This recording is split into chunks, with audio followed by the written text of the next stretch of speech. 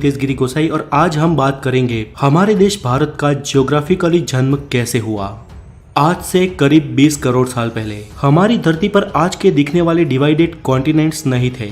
उस वक्त सिर्फ एक सुपर कॉन्टिनेंट या महाखंड हुआ करता था जिसे नाम दिया गया पैंजिया, और इसके चारों ओर सिर्फ एक महासागर था जिसका नाम था पैथालासा। और आज के सारे खंड इसी महाखंड पैंजिया में से विखंडित होके बने हैं। ये थियरी देने वाले वैज्ञानिक अल्फ्रेड वेगनर थे और उनका यह भी मानना था कि उसी वक्त उस महाखंड पे रेंगने वाले जीवों का विकास हुआ।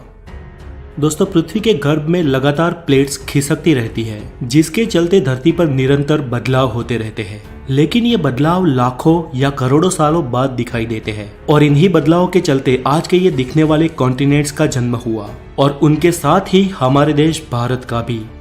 अल्फ्रेड की थियरी के अनुसार प्लेट के सरकने से सबसे पहले पैंजिया सुपर कॉन्टिनेंट के दो भाग हुए, जिसके उत्तरी हिस्से को लारेंसिया और दक्षिणी हिस्से को गोंडवाना लैंड कहा जाता है। और इन दोनों के डिवाइड होने के बाद जो बीच में महासागर का पानी भरा और एक खाड़ी का निर्माण हुआ, उसे वैज्ञानिकों ने टेथिस सागर नाम दिया। पैंजिया में से अलग हुए उत्तरी महाद्वीप लारेंसिया में से आज के एशिया, यूरोप और उत्तर अमेरिका जैसे कॉन्टिनेंट्स बने, जबकि गोंडवाना लैंड में से दक्षिण अमेरिका, अफ्रीका, ऑस्ट्रेलिया और एंटार्क्टिका जैसे कॉन्टिनेंट्स बने। हमारा देश भारत भले ही आज भौगोलिक रूप से एशिया का भाग हो, लेकिन भारत का भूमि भाग उस वक्त वास्तव में गोंडवाना लैंड महाद्वीप का हिस्सा था और आज का अफ्रीका और भारत एक ही प्लेट पे टिके थे। धीरे धीरे अंदरूनी प्लेट्स के सरकने से ये प्लेट्स भी अलग होती गई और भारत की जियोग्राफिकल प्लेट अफ्रीका से अलग होकर धीरे धीरे एशिया की ओर बढ़ने लगी। वो आज के लद्दाख हिस्से की ओर लगातार बढ़ती रही और एक समय इस प्लेट का एशिया के लद्दाख वाले हिस्से पे टकराव हुआ।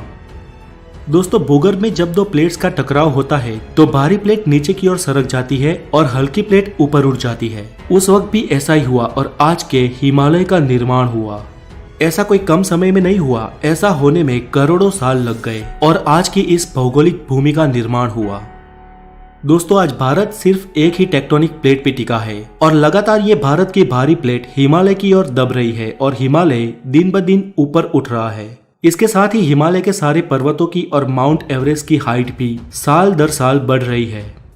दोस्तों, इस थियरी को सिद्ध करने के लिए अल्फ्रेड ने यह भी कहा कि आज के दिखने वाले सारे कॉन्टिनेंट एक दूसरे में फिट होते हैं और आज अगर किसी तरह इन सबको एक किया जाए तो फिर से पैंजिया सुपर कॉन्टिनेंट का निर्माण हो सकता है। चले, ये तो एक संयोग भी हो सकता है, लेकिन अल्फ्रेड ने अलग अलग विस्तार में जाके उस महाखंडों की जीव सृष्टि का और प्राचीन खड़कों के अवशेषों का अवलोकन किया तो ये मालूम हुआ कि विविध अवशेष अलग अलग खंड में एक समान ही थे।